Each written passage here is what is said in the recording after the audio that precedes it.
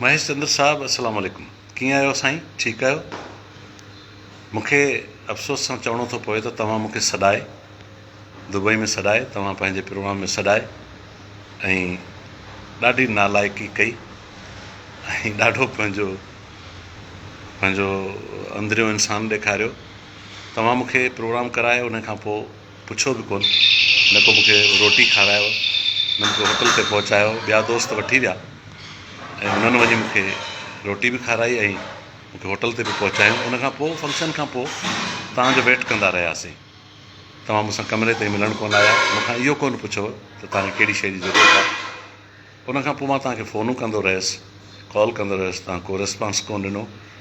उन खां पोइ धर्मेंद्र साहिब जे घर मुंहिंजी दावत हुई ऐं धर्मेंद्र साहिबु तव्हांखे कॉल कंदो रहियो। नीरज धर्मेंद्र साहिब जो जेको पुटु आहे उहो तव्हांखे कॉलूं कंदो रहियो।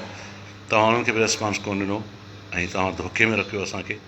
तव्हां कंहिं क़िस्म जी जेका आहे सा मूंखे पेमेंट कोन कई ऐं मूंखां भॼी विया तव्हां ऐं मूंसां धोखो करे मुंहिंजी दिलि ॾुखाई।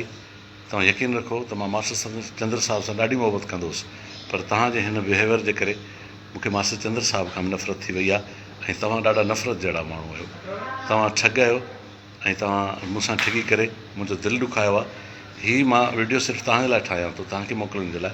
हीअ मां वायरल कोन थो कयां, हीअ वीडियो मां फेसबुक ते कोन थो विझां, पर तव्हांखे तव्हांजो एटीट्यूड यादि ॾियारियां थो त छा महिमान खे घुराए ऐं उन सां इहो बिहेव कबो आहे। हालांकि तव्हांजो प्रोग्राम शानदार थियो ऐं तमामु वॾे पैमाने ते तव्हांजो प्रोग्राम कयोसीं ऐं ॾाढो सुहिणो थियो।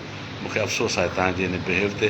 तव्हां ॾाढो ग़लति बिहेव कयो मूंसां ऐं ख़ुदा जे वास्ते ॿियनि आर्टिस्टनि सां इहे बिहेव न कंदा कयो ऐं आर्टिस्टनि खे धोखो न ॾींदा कयो, छो त आर्टिस्ट ॾाढा नरम नाज़ुक आहिनि। महेश चंद्र साहिबु, तव्हां ॾाढा लालची माण्हू आहियो ऐं तव्हांजे ख़्यालात तमामु ख़राबु आहिनि।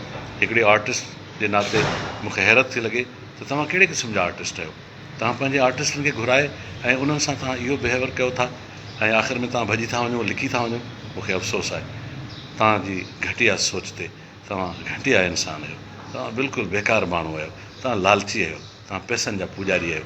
मूंखे तव्हां धोखो ॾेई ऐं मूंखे ॾाढो ॾुखायो आहे, मूंखे ॾाढी तकलीफ़ आहे। मां ॾाढी कोशिशि कयां थो विसारण जी, पर मूंखां ॻाल्हि विसरे नथी। महेश चंद्र साहिबु, I hate U, I hate U.